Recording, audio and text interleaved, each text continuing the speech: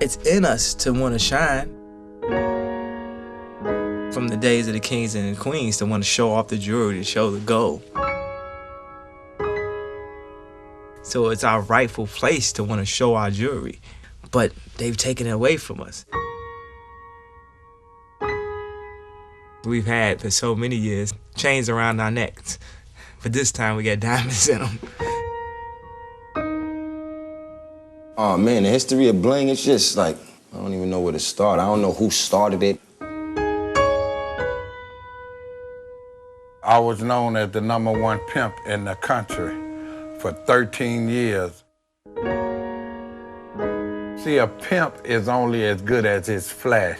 He got to be flashy. He got to have his bling, Jack.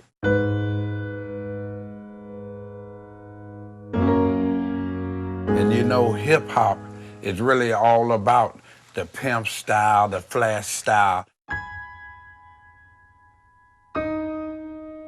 The rappers that, you know, that did, you know, put on the wears, you know, they were cats that were heavy in the movies like the Mac, Superfly, Willie Dynamite, you know, all that stuff.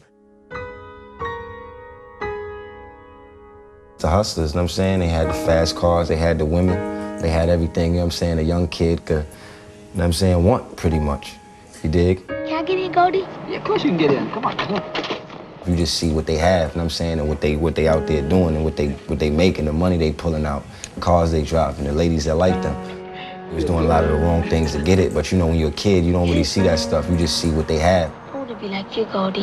Hey, look, I told you about that. Okay, man, you can be a lawyer, you can be a doctor, you can be anything you want to be, but I won't ever hear you saying you want to be like me, okay?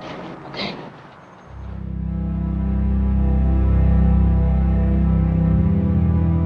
You know, I find it ironic that a music culture coming out of the projects with kids who had access to essentially nothing and trying to minimize violence, some 30 years later becomes a multi-billion-dollar culture with violence in the music and an explosion of jewelry and accoutrement. We were small, looking at the Run DMCs and Bismarck and all of them with 5 big ropes on and big nugget bracelets and all that. We thought that was it. Everybody was going to Canal or wherever they could go, the Albee Square Mall, and get you a big rope back then. Now it's switched out dramatically.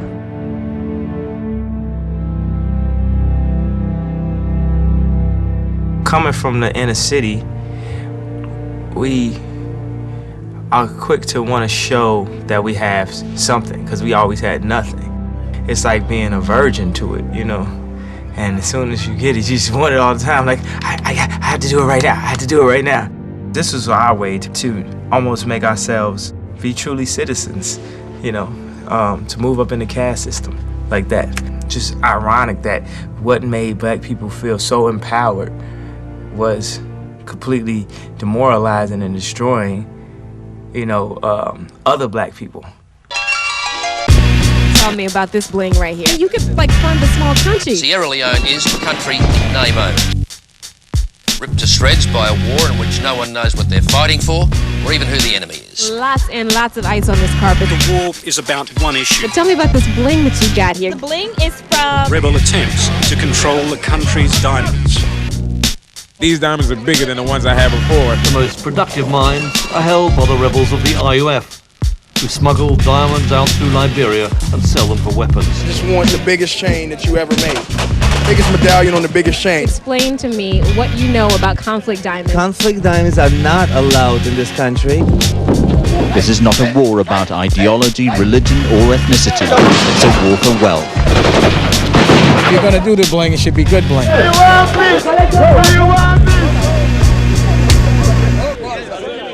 The West African state of Sierra Leone finally seems to be at peace. Against the odds, the guns have fallen silent. Suddenly, unexpectedly, it is safe to try to rebuild.